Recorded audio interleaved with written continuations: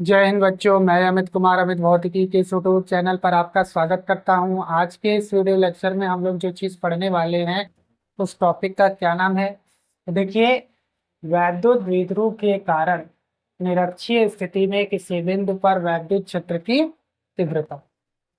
ठीक है, तो आइए इस चीज को समझते हैं, पढ़ते हैं क्या है। देखिए, सबसे पहले यहाँ लिखा हुआ है वैद्युत द्विध्रुव। तो सबसे पहली बात कि वैद्युत द्विध्रुव ही बना लेते हैं। वैद्युत द्विध्रुव मैंने बनाया, माइनस क्यू आवेश प्लस क्यू आवेश, इसके बीच की दूरी कितनी है, एल प्लस एल मतलब 2L, और वो इसका क्या है, केंद्र बिंदु। हमने इस द्विध्रुव का नाम रखा है क्या, ए बी। ठीक, यानी ए बी एक वैद्युत द्विध्रुव है जो माइनस क्यू तथा प्लस क्यू आवेश से मिलकर बना हुआ है। वो क्या है, तो वो इस द्विध्रुव का मध्य बिंदु है। मध्य बिंदु है तो इसको एक नाम दिया जाता है द्विध्रुव का केंद्र। तो इसको क्या कह सकते हैं, वो जो है वैद्युत द्विध्रुव का केंद्र है। अच्छा, माइनस क्यू आवेश तथा प्लस क्यू आवेश के बीच की जो दूरी होती है उसको बोलते हैं द्विध्रुव की लंबाई। अब ध्यान से देखो तो ये दूरी एल है और ये दूरी एल है। इसका मतलब कि यहाँ से यहाँ तक की कुल दूरी कितनी हो गई, 2L, और द्विध्रुव की लंबाई कितनी हो गई तब, 2L। ठीक है, और यह द्विध्रुव रखा कहाँ हुआ है, वायु में। इतनी बातें आपको लिखनी है तो मैं लिख देता हूँ। देखिए बच्चों, देखो, द्विध्रुव के बारे में जो मैंने चीजें बताई वही चीजें मैंने लिख दी। क्या लिखा, माना ए बी एक वैद्युत द्विध्रुव है जो प्लस क्यू तथा माइनस क्यू आवेश से निर्मित है तथा यह द्विध्रुव वायु में रखा हुआ है। कहाँ रखा हुआ है, वायु में रखा हुआ है, यह रखा है। बिंदु ओ द्विध्रुव का केंद्र है, 2L द्विध्रुव की लंबाई। तो वैद्युत द्विध्रुव के बारे में मैंने सारी चीजें लिख दी।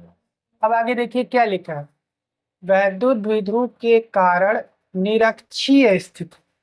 अब ये निरक्षीय स्थिति क्या होती है, तो निरक्षीय स्थिति द्विध्रुव के अक्ष के लंबवत, द्विध्रुव के अक्ष के लंबवत बिंदु ओ यानी द्विध्रुव के केंद्र से गुजरने वाली जो रेखा होती है उसी को क्या नाम देते हैं, उसी को नाम देते हैं द्विध्रुव का निरक्ष।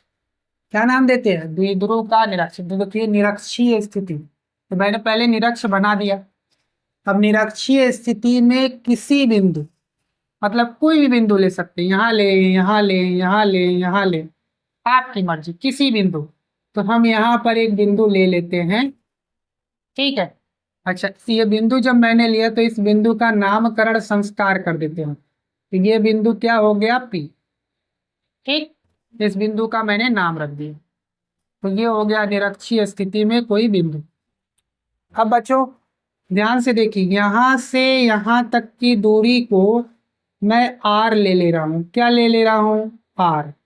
मतलब ये बताना पड़ेगा कि द्विध्रुव के केंद्र से वो बिंदु कितनी दूरी पर है। तो मैंने बता दिया कि वो कितनी दूरी पर है, आर दूरी पर। ठीक, अच्छा, अब प्लस क्यू आवेश के कारण इस बिंदु पी पर वैद्युत क्षेत्र की तीव्रता को हम मान लेते हैं कि E1 है, और इसकी वजह से इस बिंदु पर जो वैद्युत क्षेत्र की तीव्रता है उसको हम मान लेते हैं कि E2 है। अब E1 की दिशा कैसे निकालेंगे, तो ध्यान से देखिएगा। E1 की दिशा, पहले जिस बिंदु पर तीव्रता निकालनी है और जिस आवेश के कारण निकालनी है उसको एक सीधी रेखा द्वारा क्या करिए, जोड़ दीजिए। क्या करिए, एक सीधी रेखा द्वारा उसको क्या करिए, जोड़ दीजिए। इस तरीके से मैंने जोड़ दिया। इसी तरीके से इसकी वजह से निकालना है तो इसको भी क्या करिए, एक सीधी रेखा द्वारा जोड़ दीजिए। अब जोड़ने के बाद ध्यान से देखिएगा, दिशा जो होती है इसी ये जो रेखा जोड़ी गई है, ये जो रेखा है इसी के अनुदिश होगा। कैसे होगा, इसी के अनुदिश। तो इसके अनुदिश होगा और इसके अनुदिश होगा। अब इसकी वजह से प्लस क्यू आवेश अगर रहेगा तो बिंदु P पर वैद्युत क्षेत्र की तीव्रता आवेश से दूर दिशा में और इसी रेखा के अनुदिश, और माइनस क्यू आ रहेगा, माइनस क्यू के कारण निकाल रहे हैं तो आवेश की ओर होगा, ठीक है, आवेश की ओर और इसी रेखा के अनुदिश, यानी बिंदु P और माइनस क्यू को मिलाने वाली जो रेखा है उसके अनुदिश, ठीक है। अब इसको हम लिख लेते हैं E1 वेक्टर और इसको क्या लिख लेते हैं E2 वेक्टर, ठीक।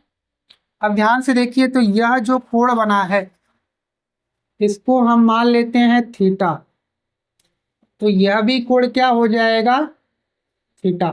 क्यों थीटा हो जाएगा, ध्यान से सुनिएगा, यल यल, और ये दोनों के लिए आर हो गया, तो तीसरी भुजा अपने आप बराबर हो जाएगी। यह कोण अगर थीटा तो यह कोण भी कितना हो जाएगा थीटा। बहुत आसान।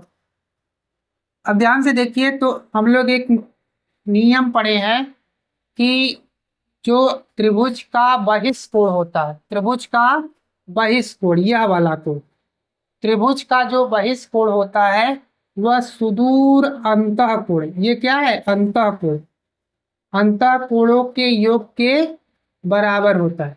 कितना होता है अंतःकोणों के योग के बराबर, कितना हो गया 2 थीटा, थीटा प्लस थीटा, ये कोण कितना हो जाएगा 2 थीटा, ठीक है। अब देखिए सारी चीजें मैंने चित्र में लिख दी हैं, सारी चीजें। अब चित्रानुसार वो चीजें लिख लेते हैं जो जो बच गई हैं, क्या क्या बची हैं, आइए देखिए।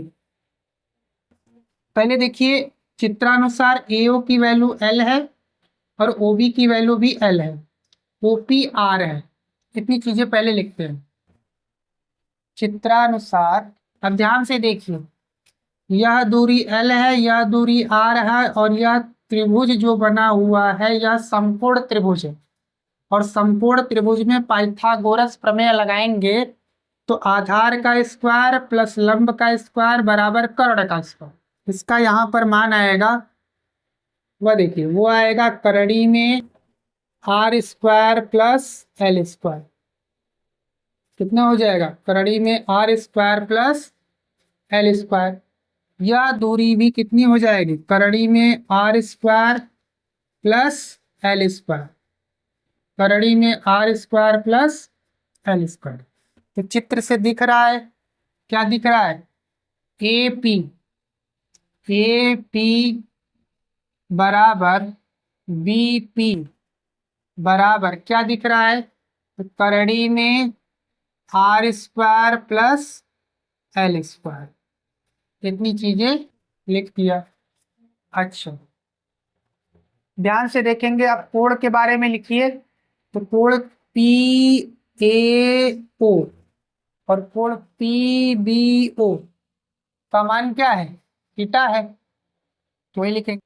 अब देखिए अगले स्टेप में और क्या चीजें बच गई हैं, यह मैंने नहीं लिखा, E1 वेक्टर क्या है ये नहीं बताया है, E2 वेक्टर क्या है ये नहीं बताया है, 2 थीटा क्या है ये भी नहीं बताया है। तो आइए इन सब चीजों को पहले बताते हैं। पहले E1 वेक्टर क्या है, तो E1 वेक्टर प्लस Q आवेश के कारण बिंदु P पर वैद्युत क्षेत्र की तीव्रता है, ठीक है। आइए उसी चीज को लिख लेते हैं। हम लोग जानते हैं किसी बिंदु आवेश के कारण किसी बिंदु पर वैद्युत क्षेत्र की तीव्रता का सूत्र होता है 1/4πε0 Q/R स्क्वायर। तो R क्या है, तो आवेश और जिस बिंदु पर वैद्युत क्षेत्र की तीव्रता निकालनी है उसके बीच की दूरी है, तो यानी यहाँ पर जो दूरी दिख रहे हैं तो वो करणी में R square plus L square है, वही यूज कर लेंगे। तो देखिए 1/4πε0 Q/ करणी में R square plus L square का होल स्क्वायर। अब दिशा देखिए, दिशा है बिंदु B से P दिशा में, तो वही लिखेंगे बिंदु B से P दिशा में, ठीक है। इसको हम समीकरण 1 बना लेते हैं। इसी तरीके से -Q आवेश के कारण, इसके कारण बिंदु P पर वैद्युत क्षेत्र की तीव्रता E2 है, तो वही चीज लिखेंगे। वेक्टर कितना होगा, तो देखिए आवेश का परिमाण वही रहेगा, तो परिमाण मैं लिख देता हूं क्या होगा 1/4 पाई एप्सिलॉन नॉट क्यू बाई, देखो इसके बीच की दूरी भी वही दिख रही है, तो वही लिख लेंगे करड़ी में r² प्लस l² का होल स्क्वायर। अब दिशा लिखनी पड़ेगी। दिशा देखिए किधर से किधर है, बिंदु P से A की तरफ, वही लिखेंगे बिंदु P से A दिशा में। ठीक है, इसको हम क्या बना लेंगे, समीकरण 2। ठीक, तो हमने E1 वेक्टर लिख दिया, E2 वेक्टर लिख दिया। अब थोड़ा सा ध्यान से देखिए, तो E1 वेक्टर का परिमाण ये है और E2 वेक्टर का परिमाण ये है। ये क्या है, दिशा है, इसकी ये दिशा है। ठीक है, तो परिमाण को अगर ध्यान से देखेंगे तो E1 और E2 वेक्टर का जो परिमाण है वो समान है। क्या है, समान है, तो वही लिखेंगे समीकरण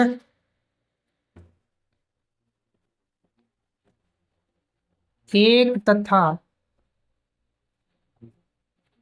2 से स्पष्ट है कि, क्या स्पष्ट है, देखिए परिमाण समान है ना,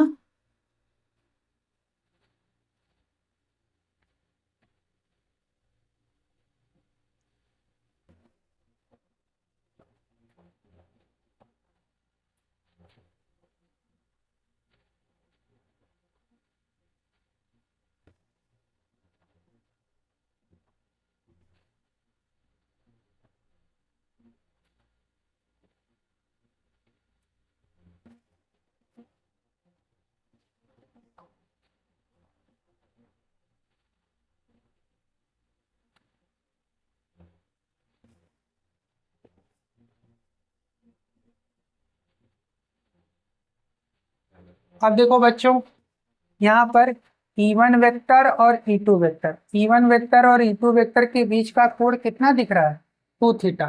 कितना दिख रहा है, 2 थीटा, तो वही लिखेंगे लिखेंगे अब इतनी चीजें अगर समझ में आ गई हो तो आप इसको नोट कर लीजिए, फिर उसके बाद आगे की चीजें मैं बाद में बताता हूँ। देखिए, अब हम लोगों को बिंदु P पर E1 वेक्टर और E2 वेक्टर का परिणामी बताना है, मतलब कुल वैद्युत क्षेत्र की तीव्रता इस बिंदु पर निकालनी है। तो हम क्या करेंगे, E1 vector plus E2 vector, तो वही लिखेंगे बिंदु P पर कुल वैद्युत क्षेत्र की तीव्रता En वेक्टर मान लेते हैं।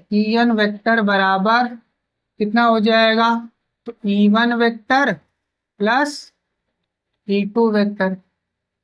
E1 वेक्टर En वेक्टर बराबर E1 vector plus E2 vector.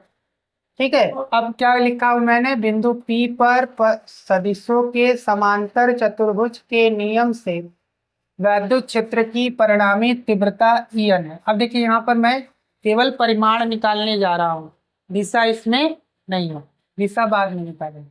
तो अब देखो, सदिशों का समांतर चतुर्भुज का नियम क्या कहता है ना, E1 वेक्टर का परिमाण, ठीक है, E1 वेक्टर का परिमाण, E1 वेक्टर का परिमाण E1 स्क्वायर प्लस मॉड में E2 वेक्टर का स्क्वायर प्लस 2 मॉड में E1 वेक्टर मॉड में E2 वेक्टर cos 2 थीटा।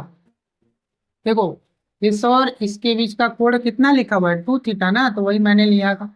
अब ये असल में है R बराबर करड़ी में A² plus B² plus 2AB cos theta, उसी का प्रयोग किया हूँ। उसी को बोला जाता है सदिशों के समांतर चतुर्भुज का नियम।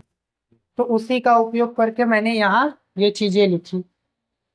अब आगे देखिए, ध्यान से देखो, E1 वेक्टर का मॉड, E2 वेक्टर का मॉड बराबर कितना लिखा है EQ। तो मतलब जहां जहां E1 E2 है उसकी जगह EQ रख देता हूं ताकि हमको सॉल्व करने में दिक्कत ना आए। देखो EQ का स्क्वायर प्लस EQ का square plus 2 EQ cos 2 theta.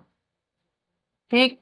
अब देखिए EQ square plus EQ square 2 EQ square और यहाँ पर EQ स्क्वायर हो जाएगा। तो पूरे समीकरण में से मैं EQ स्क्वायर बाहर निकाल ले रहा हूँ। तो बाहर निकलेगा तो ये हो जाएगा EQ करणी के अंदर क्या बच जाएगा। जब देखिए यहाँ से निकालूंगा तो यहाँ एक बचेगा और यहाँ से निकालूंगा तो यहाँ एक बचेगा। तो 1 + 1 कितना हो जाएगा 2। अब यहाँ पे कितना बचेगा तो प्लस। देखिए यहाँ से EQ स्क्वायर बाहर निकाल चुका, सिर्फ बचेगा cos 2 थीटा। अब cos 2 थीटा का सूत्र क्या होता है ना। अब देखिए ये चीज यहाँ लिखता हूँ चूंकि। अब देखिए चूंकि cos 2 थीटा का मान कितना होता है 2 cos² थीटा - 1। अब इसी चीज का उपयोग करेंगे, यहाँ पर रख देते हैं। अब जैसे ही रखेंगे देखिए क्या हो जाएगा EQ करड़ी में 2 + 2 ब्रैकेट के अंदर इसका मान रखिए तो 2 cos² थीटा और -1। अब इसका इसमें गुणा करेंगे और इसका इसमें गुणा करेंगे। जब इसका इसमें गुणा करेंगे तो ये -2 हो जाएगा, इसका करेंगे तो 4 cos² थीटा। अब देखिए -2 और ये +2 0 हो जाएगा। तो बचेगा सिर्फ अंदर क्या EQ करड़ी में 4 cos² थीटा। अब यहाँ से कितना आ जाएगा तो 4 को बाहर निकालेंगे तो 2EQ और cos² थीटा को बाहर निकालेंगे तो cos थीटा। बहुत अच्छा। तो ये आपका EN आ गया। अब इसको क्या बना लीजिए समीकरण नंबर 4। क्या बना लीजिए समीकरण नंबर 4। अब जरा चित्र को देखिए ध्यान से। त्रिभुज को, कौन से त्रिभुज को APO को ध्यान से देखेंगे, लिखेंगे चित्रानुसार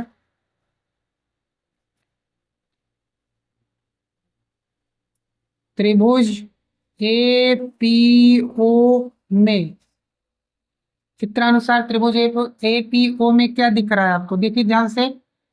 cos थीटा अगर लिखना चाहें, क्या लिखना चाहें cos थीटा, तो देखिए ये है आधार, ये है लंब और ये है कर्ण। तो लिखेंगे आधार बटे कर्ण। आधार है आपका L और कर्ण है आपका करणी में R² + L²। ठीक। इस समीकरण को कर दीजिए 5, समीकरण नंबर 5। अब देखिए cos थीटा का मान उठा करके यहाँ रखेंगे और EQ का भी मान आपको पता है, वही चीज लिखते हैं। तो पहले इतना नोट कर लो, उसके बाद ऊपर लिख देता हूँ समीकरण नंबर 4, समीकरण नंबर 5 और जो समीकरण नंबर 3 लिखे थे। EQ का मान समीकरण नंबर 3 से रख देंगे इसमें और cos थीटा का मान समीकरण नंबर 5 से रख देंगे 4 में। तो देखिए क्या चीजें मिलती हैं। समीकरण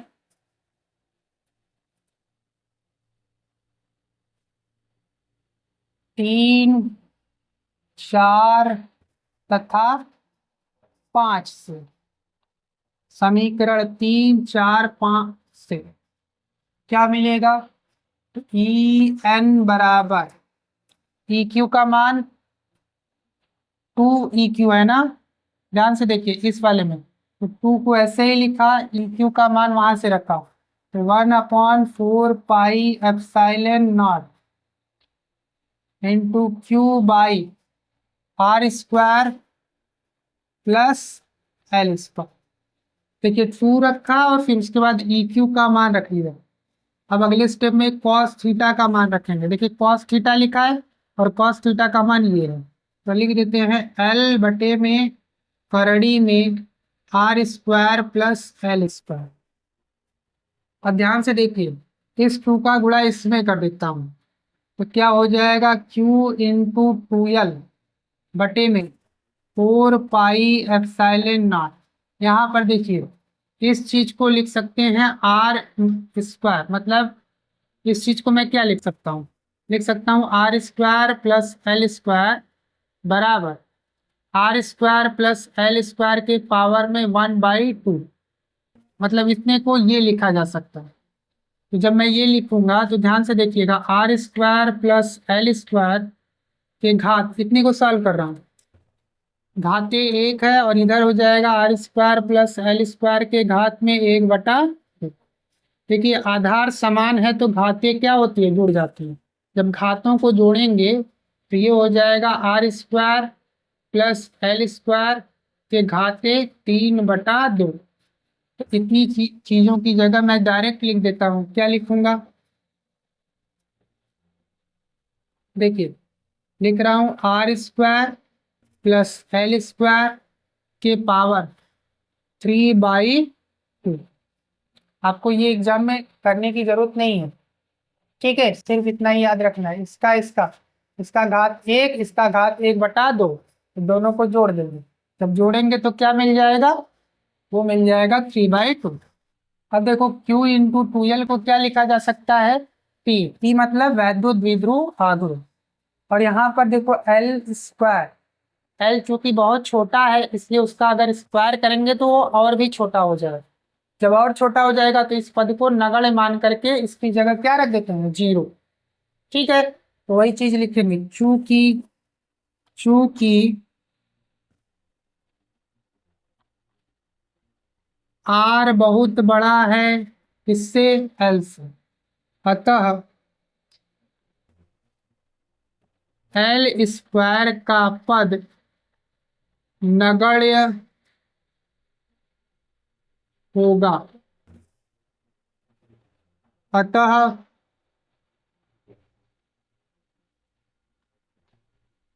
किसे उपर्युक्त समीकरण से हटाने पर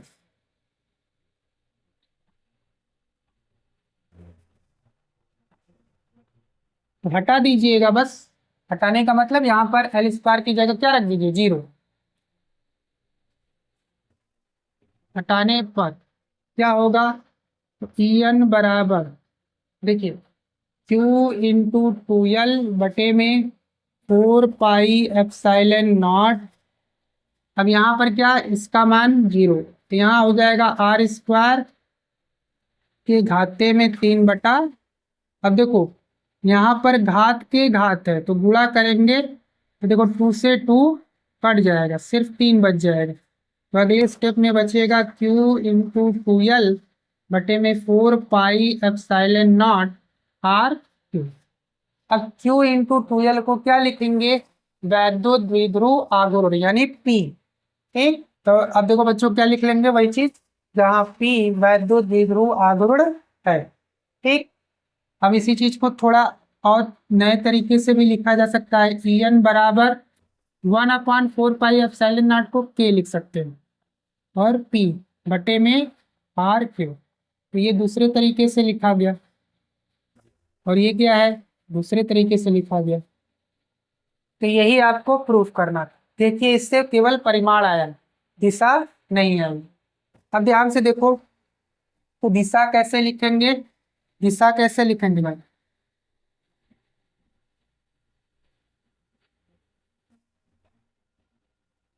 अब दिशा देखो कि चूंकि दोनों वेक्टर का जो परिमाण है वो समान है, दोनों वेक्टर का परिमाण क्या है, समान है, तो जो परिणामी होगा वह बिल्कुल बीच से जाएगा। कैसे जाएगा, बीच से, मतलब यहाँ का जो कोण होगा वो थीटा और यहाँ का जो कोण होगा वो थीटा, तो दोनों केस में थीटा होगा। ठीक है, तो सदिश रूप में,